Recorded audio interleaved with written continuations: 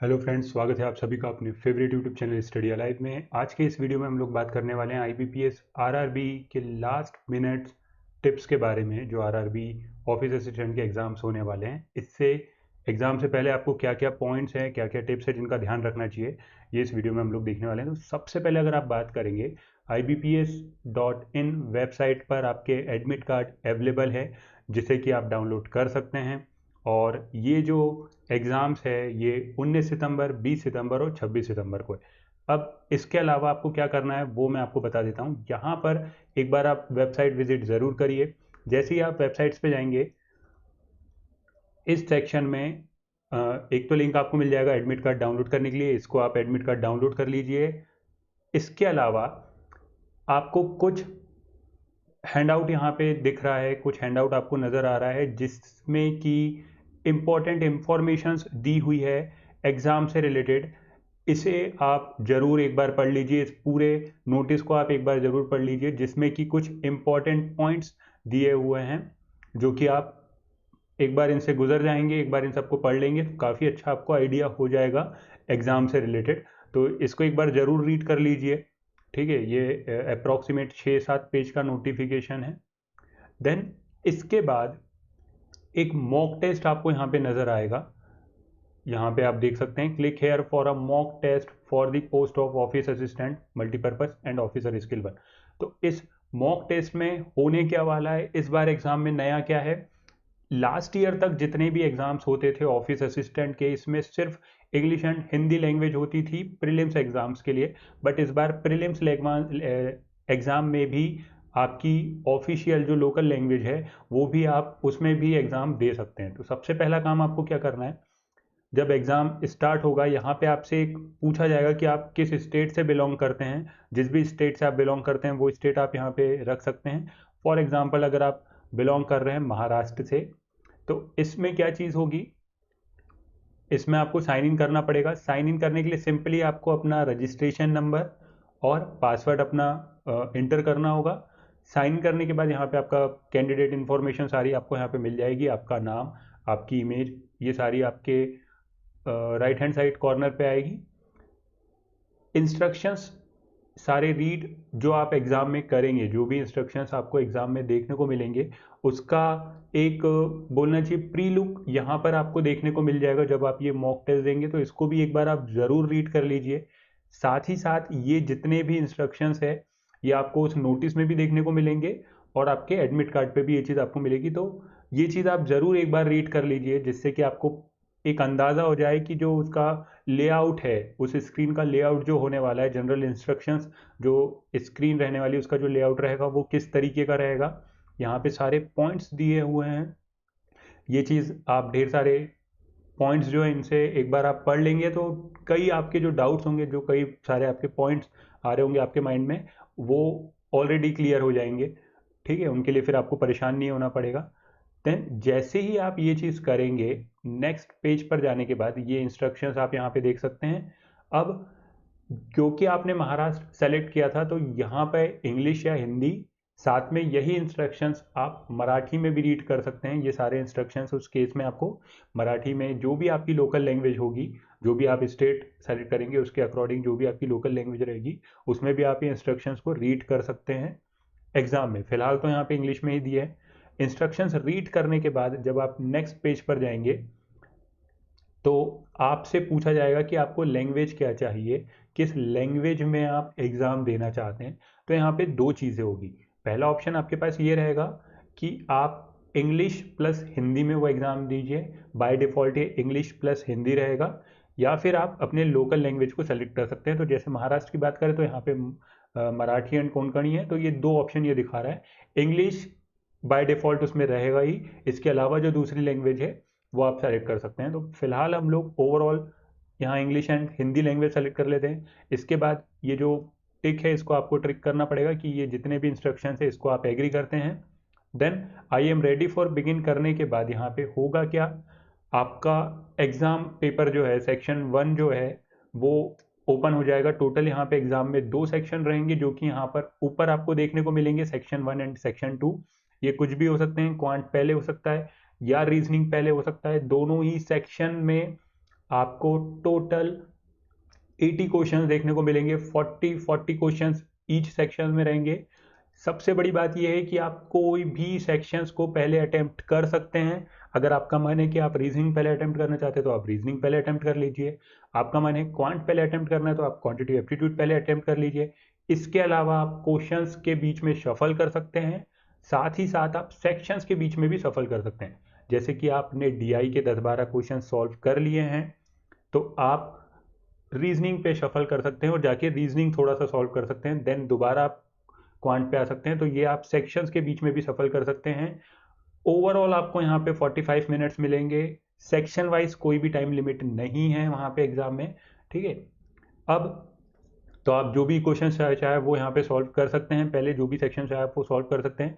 अब जो भी लैंग्वेज आपने सेलेक्ट की है वो इंग्लिश प्लस उस लैंग्वेज में आपको ये ऑप्शन दिखेगा, सिंपली आपको वहाँ पे टिक करते जाना है। एक सबसे बड़ी बात कि एग्जाम में जो आपका स्क्रोल कर्सर है माउस का वो काम नहीं करता है, तो आपको जो लेफ्ट बटन है माउस का वो प्रेस करते हुए नीचे आना होगा, ठीक है। यहाँ पे एक तरफ पैनल रहेगा जो कि क्वेश्चन से रिलेटेड पैनल रहेगा। इसमें आप इसको ओपन करके आप देख सकते हैं। आप चाहे तो इसको हाइड भी कर सकते हैं पूरे स्क्रीन देखने के लिए, और आप इस पैनल के थ्रू ये भी देख सकते हैं कि कितने क्वेश्चंस आपने आंसर किए हैं, कितने क्वेश्चंस नॉट आंसर्ड है, कितने क्वेश्चंस ऐसे हैं जिस पे अभी आपने विजिट नहीं किया है, और कितने क्वेश्चंस ऐसे हैं जिसको आपने मार्क फॉर रिव्यू किया है।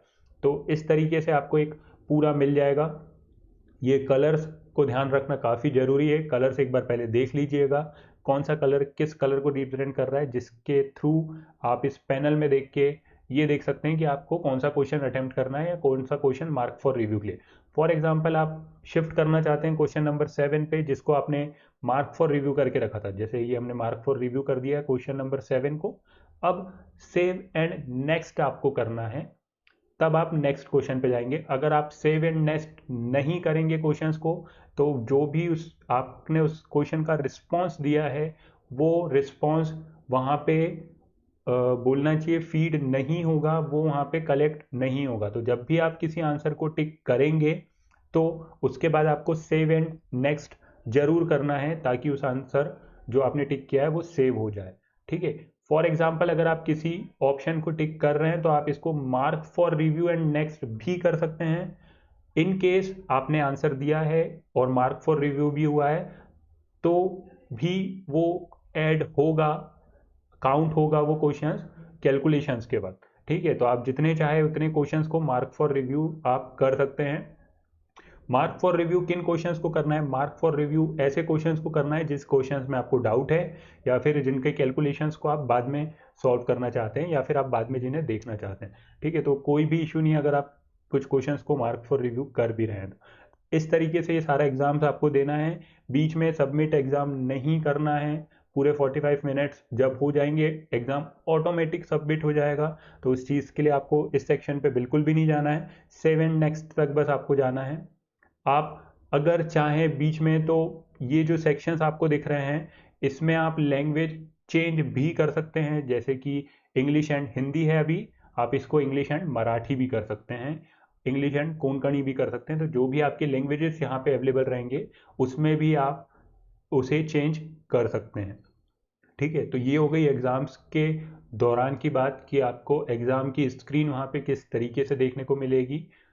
अब यहाँ पे एक तरफ साइड में आपको टाइमर नज़र आएगा जिसमें कि पूरा टाइम आप देख सकते हैं जो भी टाइमर रहेगा, ठीक। अब बात करते हैं इसके अलावा और क्या काम करने हैं, जिन चीज़ों का आपको ध्यान रखना है। तो उसके लिए सबसे पहले हम लोग चलते हैं स्लाइड्स पे।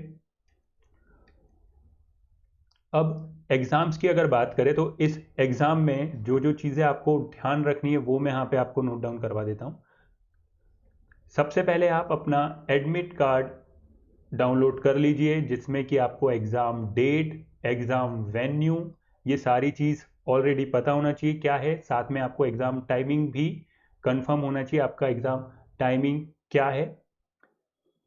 इसके अलावा जो ट्रांसपोर्टेशन फैसिलिटी है, क्योंकि अभी लॉकडाउन के कारण बसेस ट्रेन्स वगैरह नहीं चल पा रहे हैं, तो जो ट्रांसपोर्टेशन है वो आप कंफर्म कर लीजिएगा पहले कि आप किससे एग्ज़ाम सेंटर तक जाने वाले हैं। या एग्ज़ाम सिटी तक जाने वाले हैं, अगर आप किसी दूसरे एग्ज़ाम सिटी में जा रहे हैं एग्ज़ाम देने, तो ये सारी चीज़ें पहले ही आप कंफर्म कर लीजिएगा कि किस ट्रांसपोर्टेशन के आप थ्रू जा रहे हैं वहाँ पे। साथ में नेट पर, मतलब गूगल मैप्स की अगर बात करें तो गूगल मैप्स पर वहाँ तक जाने की लोकेशंस वगैरह जो है वो भी ऑलरेडी पहले कंफर्म कर लीजिएगा। ये सारे काम एग्ज़ाम से एक दिन पहले ही कर लीजिएगा, उस दिन पे मत छोड़िएगा इसमें से कोई भी, कि जिस दिन एग्ज़ाम है उस दिन सोचेंगे वहाँ तक कैसे जाना है। तो ये सारी चीज़ हो गई। इसके बाद बात करते हैं एडमिट कार्ड के साथ साथ आपको क्या क्या रखना है। तो एडमिट कार्ड के साथ, एडमिट कार्ड पे ऑलरेडी एक फ़ोटो आपका होगा ऑलरेडी, जो कि प्रिंटेड फ़ोटो होगा। इसके अलावा वहाँ पर आपको अपना एक फ़ोटो और लगाना है, एडमिट कार्ड पर आपको अपना एक फ़ोटो और लगाना है। मैं आपको एक सजेस्ट करूँगा कि इसके अलावा एक फ़ोटो और आप अपने साथ रखिए, ये ऑलरेडी आप पहले एक चिपका लीजिएगा। इसके अलावा एक फ़ोटो और एक्स्ट्रा में अपने साथ रख लीजिएगा। एक फ़ोटो आईडी प्रूफ आपको अपने साथ रखना होगा। इस फोटो आईडी प्रूफ में क्या क्या आप रख सकते हैं, तो कुछ भी आप रख सकते हैं फोटो आईडी प्रूफ में, जैसे कि Aadhaar card, PAN card, voter ID. जो नहीं रखना है वो मैं आपको बता देता हूं। आपके एडमिट कार्ड में साफ तौर पे लिखा है कि आपको ड्राइविंग लाइसेंस अलाउ नहीं है, ड्राइविंग लाइसेंस नहीं चलेगा और राशन कार्ड नहीं चलेगा। तो इन दोनों के अलावा कुछ भी आप रख सकते हैं, जो वहाँ पे मेंशन होगा आपके एडमिट कार्ड पे, उसमें से कोई भी एक रख सकते हैं। इसके अलावा इस फोटो आईडी कार्ड की एक फोटो कॉपी भी जरूर साथ में रखिएगा। इस फोटो आईडी प्रूफ की एक फोटो कॉपी अपने साथ जरूर आप लेके चलिएगा, ठीक है, ताकि आपको वहाँ पे आसानी पड़े। अगर ज़रूरत पड़े तो आपको ये भाग दौड़ ना करना पड़े फोटो कॉपी वगैरह करवाने के लिए। इसके अलावा कैलकुलेटर, मोबाइल, वॉच, इस टाइप की चीज़ें वहाँ पे परमिट नहीं है, वहाँ पे अलाउ नहीं है। तो इन सारी चीज़ों को एग्ज़ाम सेंटर के अंदर, मतलब एग्ज़ाम हॉल के अंदर लेके नहीं जाना है, एग्ज़ाम सेंटर आप ज़रूर लेके जा सकते हैं। देन वहाँ पे आप सबमिट करवा दीजिएगा, जो उनका एक बोलना चाहिए, इन सारी चीज़ों को जमा करने के लिए जो एक सेक्शन होगा वहाँ पे, जो रूम होगा उसमें आप वहाँ पे इसको जमा करवा सकते हैं, ठीक। इसके अलावा क्या करना है, कौन सी चीज़ें और आपको जो है ध्यान रखनी है, तो वो है कि पेन आप एक अपने साथ ले जा सकते हैं, एक या दो पेन आप अपने साथ रख लीजिएगा। जो रफ शीट है वो वहाँ पे आपको मिलने वाली है एग्ज़ाम में, तो वो ले जाने की बिल्कुल भी ज़रूरत नहीं है। वो लोग ऑलरेडी आपको रफ शीट वहाँ पे देने वाले हैं उस पेपर को सॉल्व करने के लिए, और एग्ज़ाम ख़त्म होने के बाद आपको उसको सबमिट भी करना होगा, ठीक है। इसके अलावा आप वाटर बोतल जो है वो ज़रूर अपने साथ रख सकते हैं, लेकिन वो ट्रांसपेरेंट होनी चाहिए, ठीक है। तो आप एक ट्रांसपेरेंट वाटर बोतल अपने साथ रख सकते हैं। इसके अलावा आपके मोबाइल में आरोग्य सेतु ऐप डाउनलोड होना चाहिए, जिसको आपको वहाँ पे दिखाना है एग्ज़ाम हॉल में एंटर करने से पहले। तो अगर आप अपने साथ मोबाइल लेके जा रहे हैं उस केस में आरोग्य सेतु ऐप जो है वो ऑलरेडी इंस्टॉल आपके मोबाइल में होना चाहिए।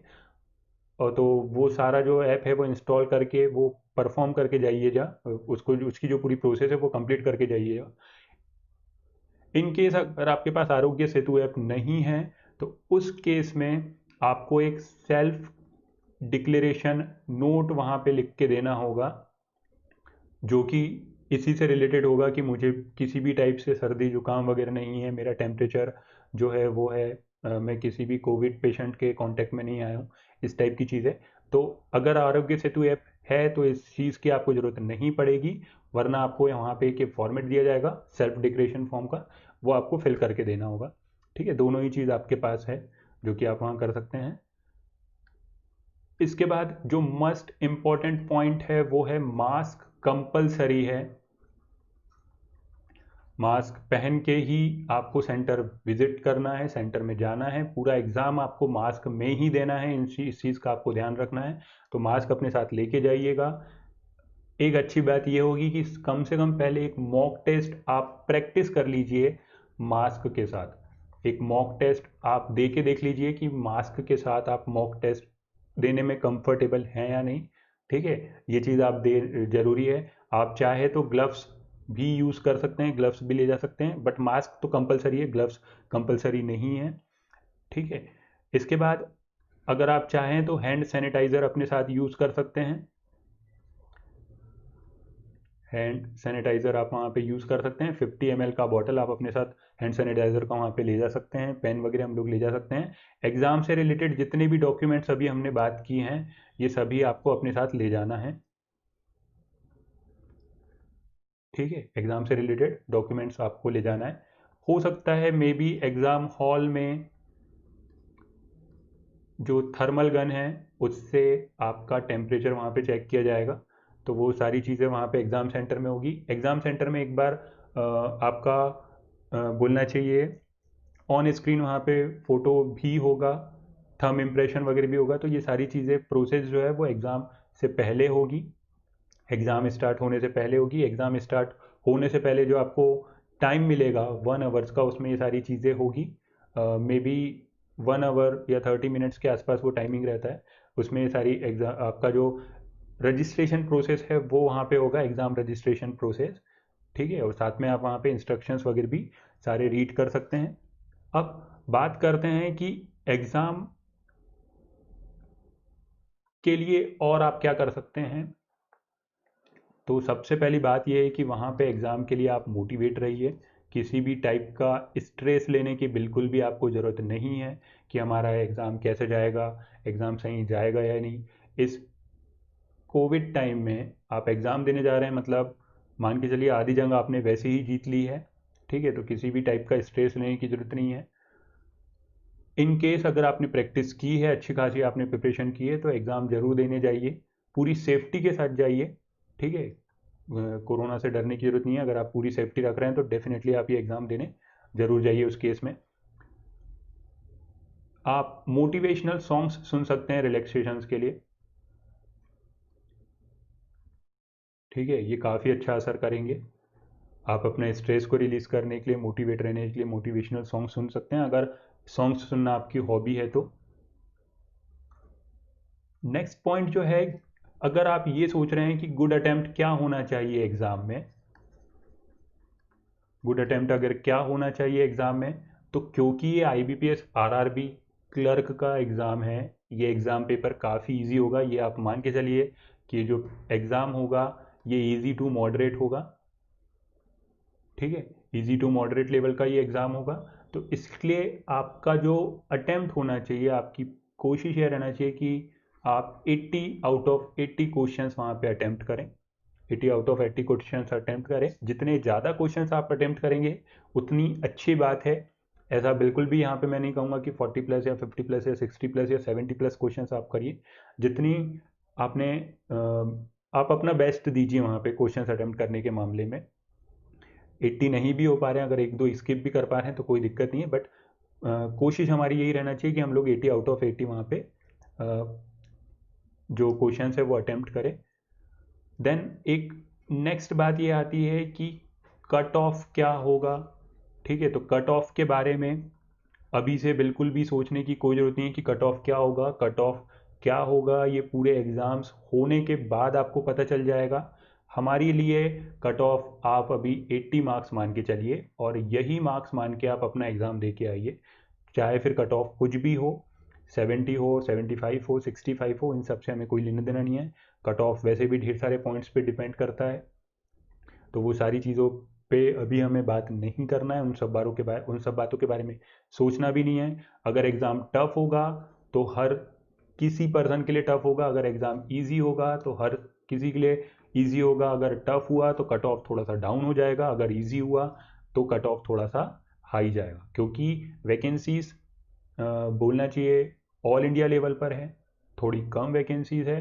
ठीक है, तो कंपटीशन थोड़ा हाई होगा ही, तो इसलिए कट ऑफ वगैरह आप ये मान के चलिए कि थोड़ा ज़्यादा ही जाने वाला है। ठीक, अब बात ये आती है कि एग्ज़ाम स्टार्ट कैसे करें, किस सेक्शंस को लेके एग्ज़ाम स्टार्ट करें। तो ये पूरी तरह से आप पे डिपेंड है। अगर आपका क्वांट अच्छा है तो आप पहले क्वांट अटेम्प्ट कर लीजिए, अगर आपका पहले रीजनिंग अच्छा है तो आप रीजनिंग अटेम्प्ट कर लीजिए। अगर आपका एग्ज़ाम बोलना चाहिए 19 तारीख को लास्ट शिफ्ट वगैरह में या बाद वाले शिफ्ट में है तो आप एक एग्ज़ाम रिव्यूज़ जो हैं वो आपको मिल जाएंगे। एग्ज़ाम रिव्यूज़ ज़रूर एक बार देख लीजिए ताकि आपको एक एग्ज़ाम पैटर्न समझ में आ जाए कि किस सेक्शन से कितने क्वेश्चंस पूछे जा रहे हैं। उसके अकॉर्डिंग आप एक अपनी स्ट्रेटेजी बना लेंगे। अगर आपका एग्ज़ाम 20 तारीख को है तो 19 तारीख के जो एग्ज़ाम रिव्यू है वो ज़रूर देख लीजिएगा। अगर आपका एग्ज़ाम 26 को है तो भी आपके पास 2 दिन के आपके पास एग्ज़ाम रिव्यू अवेलेबल रहेंगे, जो देख के आप अपनी एक स्ट्रेटेजी प्रिपेयर कर सकते हैं कि क्वांट से क्या क्या पॉइंट्स, क्या क्या सेक्शन से क्वेश्चंस आ रहे हैं, रीजनिंग से क्या क्या सेक्शंस के क्वेश्चंस आ रहे हैं।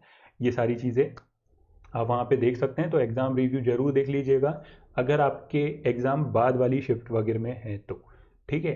देन स्पीड का ध्यान जरूर रखिएगा एग्ज़ाम में, ठीक है, क्योंकि आपको 80 क्वेश्चंस करने हैं, 45 मिनट में करने हैं, मतलब कि आपका 1 मिनट से अंदर ही आपका क्वेश्चंस हो जाना चाहिए। 40 सेकंड्स में आपके क्वेश्चंस आ जाने चाहिए।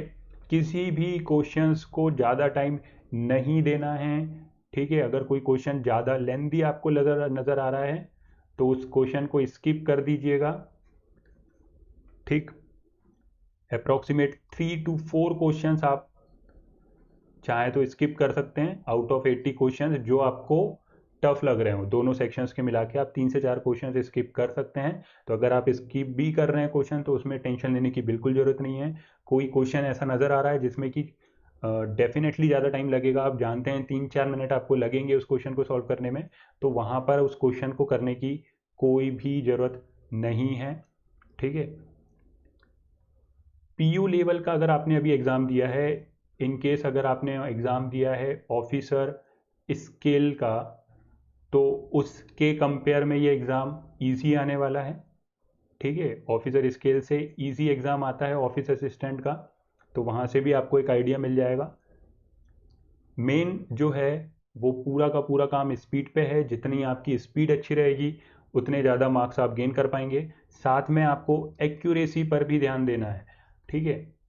एक्यूरेसी पर भी ध्यान देना है। क्वेश्चंस जो भी आप अटेम्प्ट कर रहे हैं 100% वो क्वेश्चंस आपके सही ही होना चाहिए, क्योंकि नेगेटिव मार्किंग भी होगी। तो इस चीज़ का हमें ध्यान रखना है कि हमारे क्वेश्चंस वहाँ पे एग्ज़ाम में बिल्कुल भी गलत ना हो, ठीक।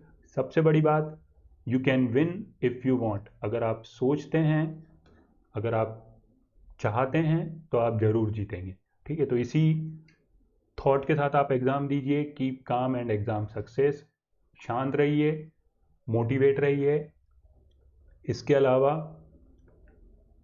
बेस्ट विशेष है हमारी तरफ से, तो इन सभी बेस्ट विशेष के साथ एग्ज़ाम की प्रिपरेशन करिए। लास्ट टाइम तक प्रिपरेशन करने की बिल्कुल भी ज़रूरत नहीं है, उसके पीछे पहले रिलैक्स भी रहिए, ठीक है। रिलैक्स होना भी ज़रूरी है। प्रॉपर नींद वहाँ पे लेके जाइए, बिना ब्रेकफास्ट किए, बिना बोलना चाहिए लाइट लंच के मत जाइएगा, हेवी लंच करने की बिल्कुल भी ज़रूरत नहीं है, बट रिलैक्स होके जाइएगा, नींद पूरी लेके जाइएगा। ऐसा नहीं है कि आप जा रहे हैं थके हारे जा रहे हैं, तो ये चीज़ बिल्कुल भी नहीं होनी चाहिए। एग्ज़ाम सेंटर पे कोशिश करिएगा कि जो आपका रिपोर्टिंग टाइम है, इस रिपोर्टिंग टाइम से 30 मिनट्स पहले ही आप वहाँ पे एग्ज़ाम सेंटर पे पहुँच जाए, ताकि आप आराम से अपने बाकी काम वहाँ पे कर सके, ठीक है। सोशल डिस्टेंसिंग का ज़रूर ख्याल रखिएगा, ठीक है। सोशल डिस्टेंसिंग का ख्याल ज़रूर रखिएगा। बाकी लोगों से दूर रहिए, थोड़ा डिस्टेंस बना के रखिए, 1-2 फीट का डिस्टेंस लोगों से रखिए, ठीक है। सारी चीज़ें अपने साथ अपनी पहले ही लेके जाइए ताकि आपको वहाँ पे किसी से भी कुछ भी चीज़ें नहीं मांगनी पड़े, ठीक है। किसी भी टाइप का वहाँ पे मिसबिहेव करने की ज़रूरत नहीं है। अपने आजू बाजू वाले से बात करने की कोई ज़रूरत नहीं है, क्योंकि उस केस में आपका एग्ज़ाम रिजेक्ट हो सकता है। तो जब एग्ज़ाम देख रहे हैं तो आपका पूरा फोकस सिर्फ आपकी स्क्रीन पर रहना चाहिए और आपका एग्ज़ाम टेस्ट पर रहना चाहिए। तो इन्हीं सब बेस्ट विशेज़ के साथ all the very best. Thank you for watching.